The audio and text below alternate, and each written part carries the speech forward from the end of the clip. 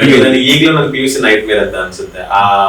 ನಿಮಗೂ ಗೊತ್ತಿರಬಹುದು ಆ ಟ್ಯೂಷನ್ಗಳು, ಅದು ತುಂಬಾ ಅದು ಕ್ರಿಯೇಟ್ ಆಗಿರುತ್ತೆ ಸರ್. ಇವತ್ತು ನೀವು ಆಸ್ ಒಂದು ರ್ಯಾಂಕ್ ಸ್ಟೂಡೆಂಟ್ ಆಗಿ UPSC ಕ್ಲಿಯರ್ ಮಾಡಿರ್ತೀರಲ್ಲ ಅಂತ ದೊಡ್ಡ exam, so PU exam level ಅಲ್ಲೆಲ್ಲ ಏನದು ಕ್ರಿಯೇಟ್ ಆಗುತ್ತಲ್ಲ, ಅದು ಟೆನ್ಷನ್ ಪೇರೆಂಟ್ಸ್ ಟೀಚರ್ಸ್ ವಗ ಕ್ರಿಯೇಟ್ ಮಾಡೋದು ಅಂತ ಏನಾದ್ರು ಅನ್ಸುತ್ತೆ ನಿಮ್ಗೆ?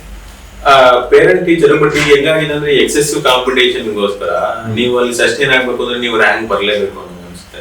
ಎಜುಕೇಶನ್ ಸಿಸ್ಟಮ್ ಚೇಂಜ್ ಆಗ್ಬೇಕು ಅಂತ ಅನ್ಸುತ್ತೆ. ಬಟ್ ಆಲ್ಟರ್ನೇಟಿವ್ ತರದ ಕಷ್ಟ. ನೀವು ಒಬ್ಬ ಡಾಕ್ಟರ್ ಆಗ್ಬೇಕು, ಇಂಜಿನಿಯರ್ ಆಗ್ಬೇಕು ಅಂದ್ರೆ ಅಷ್ಟು ಜನ ಕಾಂಪಿಟೇಟರ್ಸ್ ಇರ್ತಾರೆ. ಅದ್ರಲ್ಲಿ ಸಸ್ಟೈನ್ ಆಗ್ಬೇಕು ಅಂದ್ರೆ ಒಂದು ಫ್ಯಾಮಿಲಿ ಪ್ರೆಷರ್ ಹಾಕಿ ಆಗ್ತಾರೆ. ಬಟ್ ಒಂದು ಸ್ಟೂಡೆಂಟ್ ನ ಮೈಂಡ್ ಸೆಟ್ ಅರ್ಥ ಮಾಡ್ಕೋಬೇಕು. ಒಂದೇ ಸಲ ನಿಮ್ಗೆ ಆಗ್ಲಿಲ್ಲ ಅಂದ್ರೆ ಎಕ್ಸ್ಟ್ರಾ ಪ್ರೆಷರ್ ಕೊಟ್ಟು ಓದಿಸೋದು. ಬಟ್ ಎಸ್ಪೆಷಲಿ ನನ್ನ ಫ್ಯಾಮಿಲಿ ಆತರ ಇರಲಿಲ್ಲ. ಎಷ್ಟಾಗುತ್ತೆ ಅಷ್ಟು ಕಂಫರ್ಟೇಬಲ್. ಇದುವರೆಗೂ ನನಗೆ ನೆನಪಿರಂಗೆ ನೀನ್ ಕೂತು ಓದು ಅಂತ ನನ್ನ ತಂದೆ ತಾಯಿ ಹೇಳಿರೋ ನೆನಪಿಲ್ಲ. Self motivated